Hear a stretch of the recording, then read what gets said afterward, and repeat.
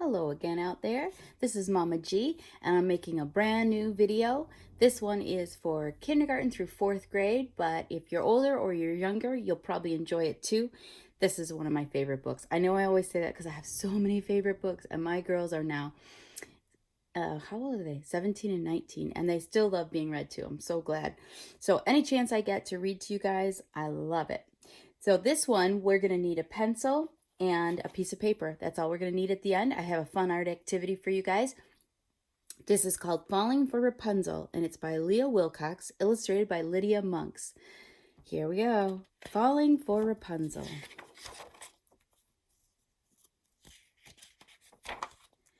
Once upon a bad hair day, a prince rode up Rapunzel's way.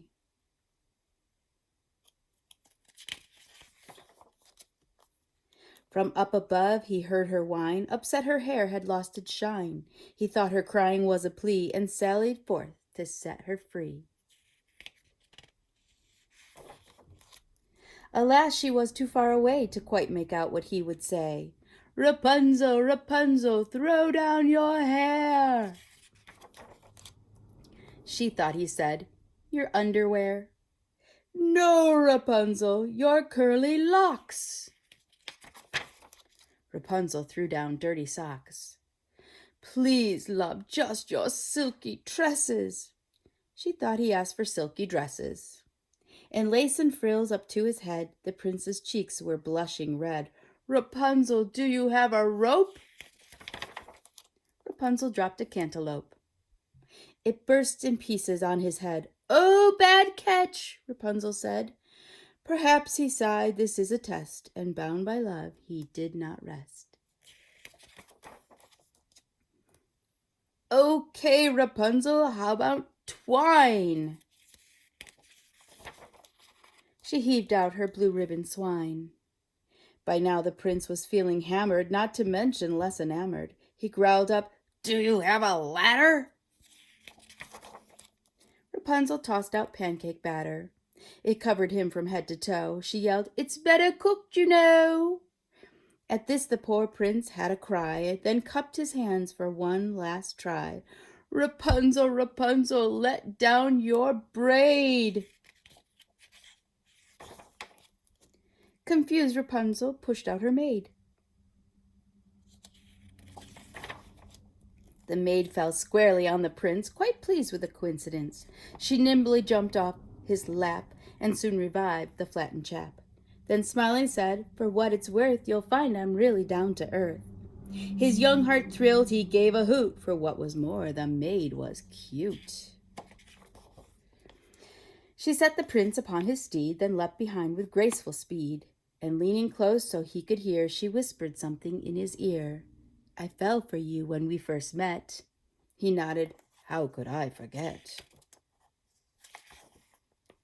Rapunzel watched them ride from sight. I'm glad I finally heard him right. I hope if they come back for more, they'll think to knock on my back door. The end. Okay, wasn't that a silly story? I love that story. Lydia Monk says really cool stuff too. Her illustrations are great. She's got other books out there too.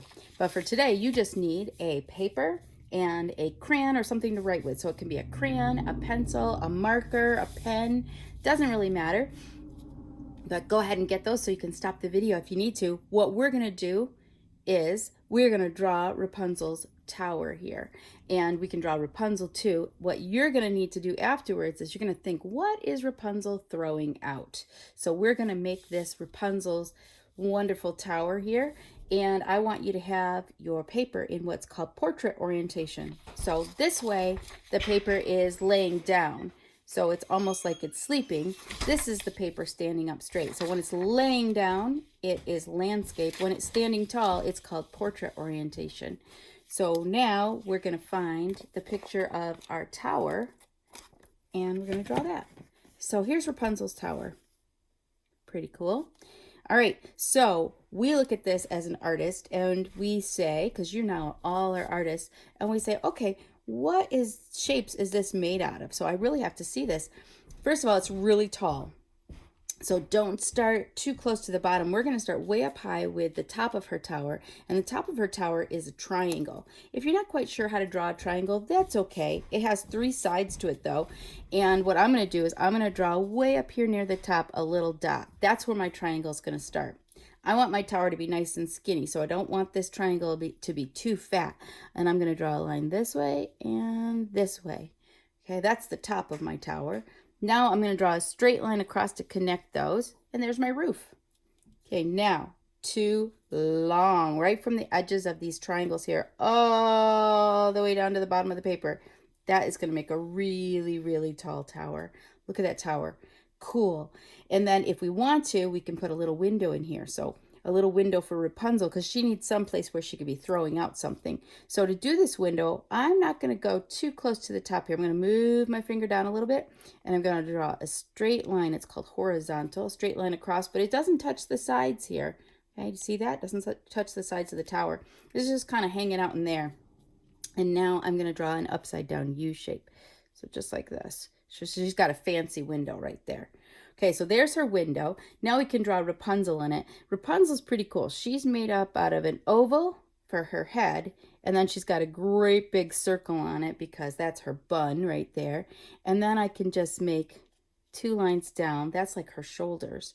And then her eyeballs we can put in. Mine, I have a pretty big marker here, so it's a little hard to see. She looks pretty funny. There she is though. And we can put an arm on her. So I'm going to just put an arm hanging out the window here because she's got to be throwing something in a minute. So there's Rapunzel. Now we can also make some vines if we want to around here. So here's how you make some vines. You can start on one side. I'm going to start way down here, and I'm going to make a little curly Q that goes over here and ends. Do you see that? It starts here, goes across my tower, and then it ends here because I want it to look like it's going behind the tower. Then I'm going to pretend I can have x-ray vision. I can see right through here, and it's going to start over here. It's going to go around my tower and ooh, right around there. Okay, so there's my vine, and then I can add some leaves to it if I want. So right now I'm just doing these little shapes that look like leaves. You can do little ovals. You can make your leaves however you want. Your vine doesn't even have to have leaves. Okay, so now I've got that. I need to figure out what's Rapunzel going to throw out. Now this is up to you guys. It can be whatever you want. If you want to do the prince down here, he's kind of frowny. He's got a big oval head, and I'm just going to draw him like this for today. And I'm going to draw some little dotted lines to show she's throwing something. Now here's where you guys come in. What is she dropping on the poor prince's head?